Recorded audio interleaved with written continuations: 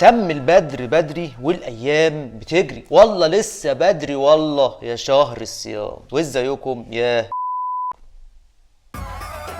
دي أول حلقة في عام 2018، وبينما يستقبل الجميع العام الجديد بالأمنيات اللازجة والأضواء الملونة والكعك المغطى بالنوتيلا وطراطير السانتا كلوز، أستقبلكم أنا وعباءاتي السوداء المظلمة بحضن الحقائق الجافة القاسية، حضن كبير من أخ كبير كلامه غير ملزم يعتصر الضلوع ويحاصر المشاهد الساذج الهارب من مسؤولياته وديدلايناته وامتحاناته، ثم يرشأ في إلياته حقنة الحقيقة الحرقة الخرقة المؤلمة فينصهر المشاهد في مزيج ما بين المتعة والألم. يؤسفني أعزائي المشاهدين السذج الغافلين أن أزف إليكم خبرا تعيسا في بداية هذه السنة القذرة، ولأن احنا اتعودنا دايما على الإنكار والتجاهل والتظاهر بأن كله تمام، فلما أخ كبير يقول لك إن في مشكلة عليك أن تقلق، ده بغض النظر عن ان كلامي غير ملزم. في شهر 6 القادم هتحصل، استغفر الله العظيم يا رب، استغفر الله العظيم، والله بقرف من الكلمه، بقرف اقولها اصلا على لساني، هتحصل خرا وزفت على اطران على دماغتكم انتخابات، ودي طبعا نصيبه سودة، لان لو عملنا انتخابات بجد وفتحنا الباب بجد للناس تترشح بجد وتنتخب بجد وتختار بجد، يبقى احنا كده بنؤكد والعياذ بالله على احترامنا للديمقراطيه والحريه وحق الشعوب في اختيار مصيرها والى اخر هذه الوسخات، ودي خراره ما صدقنا قفلناها ومش عارفين نقفلها. لو ما عملناش انتخابات خالص ولغيناها هيصبح منظرنا قذر امام العالم وامام التاريخ. طبعا ده ما بيفرقش معانا، احنا مش مشكله اصلا منظرنا يبقى قذر مش قذر، مش هتفرق، بالعكس ده احنا اصلا من مصلحتنا ان احنا يبان ان احنا مالناش كلمه ومحدش يبقى عارف يتوقع مننا ايه، ولكن في هذه التفصيله بالذات العواقب قد تكون وخيمه. طيب ايه اللي هيحصل على ارض الواقع؟ اللي هيحصل على ارض الواقع انه محدش طبعا هيترشح امام الرئيس البلبيسي الا يعني شويه كده اطباق جيلي عرائس قطنيه ومخدات، فالرئيس البلبيسي طبعا هيكسب باكتساح، فتطلع بقى الاشكال القذره الزباله بقى وتقول لك بقى الاراده الشعبيه وتزوير اراده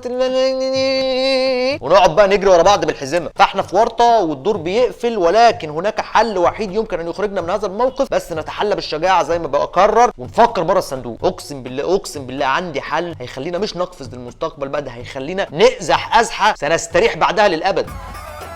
انا الحقيقه رايي ان ده وقت مناسب جدا جدا ان القيامه تقوم من الاخر كده. هو ده الحل للازمه الدستوريه اللي احنا عايشين فيها دلوقتي، بل حل حاسم لكل ازماتنا عموما. الشعب المصري يصحى من النوم كده يلاقي المذيع بيقول في التلفزيون: الساده المشاهدين كل عام وانتم طيبين بمناسبه حلول يوم القيامه اعاده الله علينا بالخير واليمن والبركات. الناس بقى تلم حاجتها تتوجه الى اقرب ترب، كله بقى يشوف مصلحته هناك، وبدل الطوابير على اللجان تبقى طوابير على الصراط المستقيم، وبدل الرقص قدام الصناديق والوساخه ديت يبقى رقص في الدرك الاسفل من النار عليكم وعلى سنينكم السوداء. طبعا نبقى محظوظين جدا لو يوم القيامه حصل قبل شهر 6 القادم لوحده بدون تدخل مننا، وده محتمل جدا الحقيقه، يعني لما بالنظر للخريطه الاقليميه واللي بيحصل في العالم، ترامبو، كيم يونج، محمد بيج بن ماشيين في الطريق السليم. طب ولو ما حصلش هنفضل قاعدين كده حاطين ايدينا على خدنا مستنيين القيامه تقوم؟ لحد امتى هذه السلبيه وهذه الاتكاليه؟ امتى بقى هنقدر نعتمد على نفسنا ونحل مشاكلنا بايدينا؟ احنا محتاجين القيامه تقوم، نقوم احنا القيامه. يا سلام، مش هنعرف نقوم القيامه؟ الشعب اللي فحت قناتين بالكوريك في الرمل على الناشف مش عارف يقوم القيامه؟ مش لازم حتى تبقى قيامه للعالم كله، احنا مالناش دعوه بالعالم، انت عايز ايه من العالم؟ مالك ومال العالم؟ احنا عايزين قيامه، نعمل قيامه عندنا هنا في مصر، هنا قيامه محليه، ولو نجحت التجربه وستنجح التجربه نعممها وننتشر، والعالم ده اصلا لو بيفهم ما ليش مكان يعمل فيه القيامه احسن من مصر.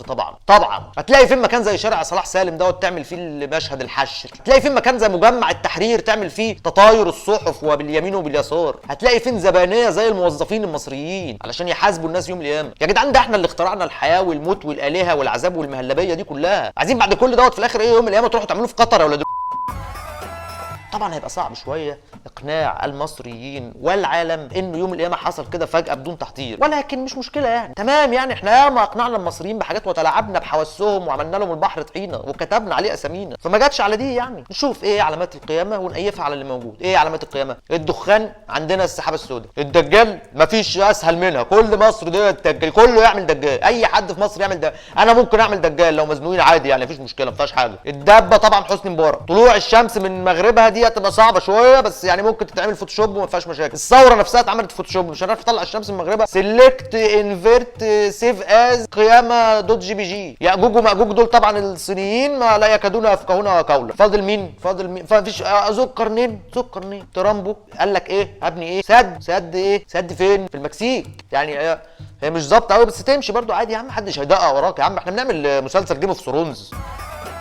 انا رايي ان الوضع مناسب جدا، والست شهور اللي جايين دول ممكن نستغلهم في التحضير ليوم القيامه، بحيث يطلع بشكل مشرف ومتناسب مع مكانه مصر التاريخيه ومكانه مصر الدوليه ومكانه مصر القياميه. نجيب عساكر بقى ونلبسهم ترنجات ملونه ونخليهم يعملوا اوبريتات، نعمل عمل فني عظيم نسميه تموتي في الوساخه يا مصر. خلي الراجل بتاع الخفاش الطاير ده ينزل في استاد القاهره احتفالا بيوم القيامه. يجيب اتوبيسات من الامارات ونعبيها موتى احياء. نشتري كميات مهوله من الفار وركس ونطلقها، ميه معدنيه كتير، عيش بلدي واطنان من الحلاوه الطحينيه وكراتين من الانتنال، وننطلق بقى. هنعيش لنا على الاقل 3 4 شهور كده في حاله من الفوضى، الناس هتشخ على بعضيها، ثم في نهايه هذه المرحله الناس هتبقى بتوحوح وبتصوصو وفي عرض اي بطريق يحكم البلد. مين هيتكلم في رئاسه ولا سياسه ولا دستور ولا دولار طلع ولا دولار نزل وهو شايف الناس ملط بتتحاسب جنب منه؟ مين هيناقش دساتير وبيعرفش ايه والشمس على بعد ذراع من الرؤوس؟ الفتره الرئاسيه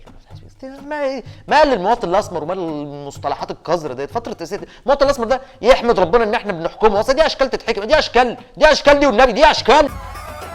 هو ابوك يا بقف انت وهو بيبقى ابوك 4 سنين في 4 سنين ويجدد. جوزك يا ست هانم يا متير بيتجوزك وبعد 4 سنين يقول لك نعمل انتخابات عشان نشوف مين هينفعك تاني غيره. كل 4 سنين بقى تشوفي لك واحد، مره تاخدي الطويل، مره تاخدي العريض، مره تاخدي اللي حادف يمين، مره تاخدي اللي حادف شمال. نفسك طبعا، بس انسي هي سحنه واحده بتلبسيها منذ ان تتفتح زهره شبابك وحتى انقطاع الطمس. وهي العلاقه مع رئيس الجمهوريه هي نفس العلاقه، هو نفس الكلام. على الاقل الراجل ممكن يروح يتجوز واحده واثنين وثلاثه واربعه. رئيس الجمهوريه يا عيني هي بلد واحده اللي بيحكمها. الوحيد اللي حاول يحكم 2 كان الفيلق الراحل جمال عبد الناصر، ولما حاول يجمع ما بين مصر وسوريا في الحلال بس ما قدرش عليهم. عايز الصحه الموضوع ده اصله. اتمنى البدء في العمل في مشروع يوم القيامه دوت قريبا، وبشكركم في نهايه هذه الحلقه من برنامجكم الطويل النظر والقصير الفتره الزمنيه اخ كبير. اعمل شير يلا انت، هو لا اعمل شير يلا ولا اعمل شير يلا اعمل